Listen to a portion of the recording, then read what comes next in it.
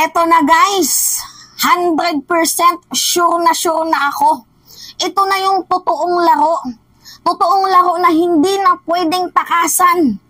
Nikki Buloy, talagang literal na hide and seek na po guys yung gagawin ni Nikki Buloy ngayon dahil ang Senate Sergeant at Arms ay nandoon na po guys sa Davao. Bakit sila nandoon? Para hanapin, para hulihin, para halugugin, para pasukuin itong si Nikki Buloy. Nasa Davao na po guys ang Senate Sergeant at Arms. Literal na magiging taguk-taguan na to para dito kay Nikki Buloy. Kasi sa totoo lang naman guys, just to be honest, nasa hard time ngayon ang PNP ng Davao. Eh syempre, taga Davao sila, baluarte ni Nikki Buloy. Si Nikki Buloy malapit sa mga Duterte. Si Sara pinapagtanggol itong si Nikki Buloy. So parang go on na lang ba yung ginagawa ng PNP? Pag ini-interview, magsasalita na kunyari huhulihin. Pero yung totoo, parang hinahayaan lang nila itong si Nikki Buloy. Walang kwenta guys yung intel funds dyan sa Davao kasi hinahayaan lang talaga nila itong si Nikki Buloy, and every time na nagpapapress briefing, lagi nilang sinasabi na hindi nila alam, wala silang idea kung nasaan si Nikki Buloy. Tapos gagawa daw sila ng action pero hindi naman uma-action.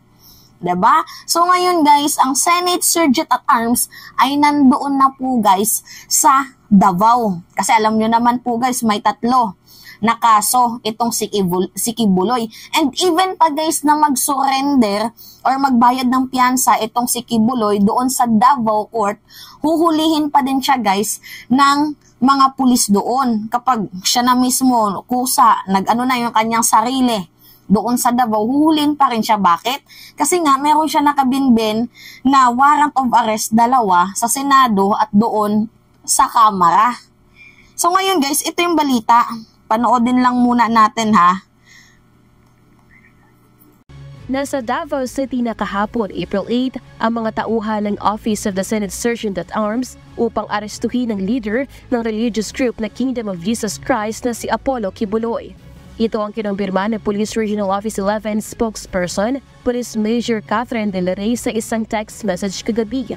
Ayon kay De La Rey, kabilang sa Senate Security na pumunta sa Davao ay sina Director Manuel Parlade at Director Gil Valdez.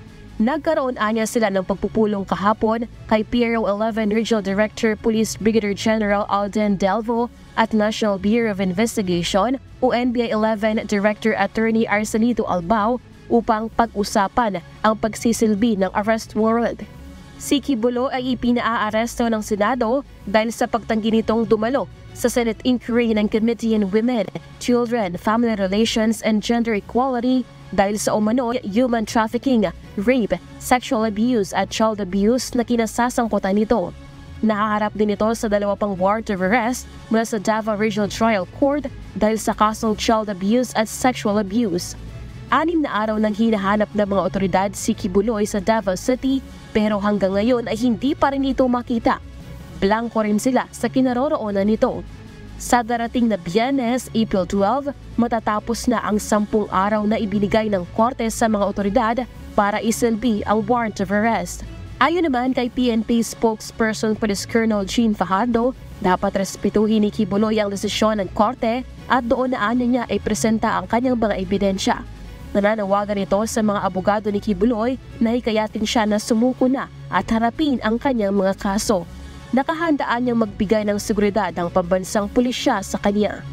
We want to assure Pastor Kibuloy at lahat po ng kanyang mga supporters at kanyang mga abogado na patuloy po natin kinakausap. Napoproteksyonan po natin si Pastor Kibuloy should he decide to surrender and submit himself to the jurisdiction of the court po. We will provide the necessary security para po masiguro po yung kaligtasan po ni Pastor Kibuloy. Lilin Moreno, humahataw sa balita ngayon. Kasi nga guys, 'di ba, yung issue dito ni Kibuloy, nasa security threat daw yung buhay niya. Mantakin nyo, sasabihin niya na nasa security threat ang buhay niya, pero nakikita natin yung kanyang muka na nandoon sa mga platform ng iba't ibang mga bayarang vloggers. 'Di ba? Meron bang security issue yung laging naggagagala I think talaga guys, yung PNP, hinahayaan na lang itong si Kibuloy kasi nasa hard time decision sila eh.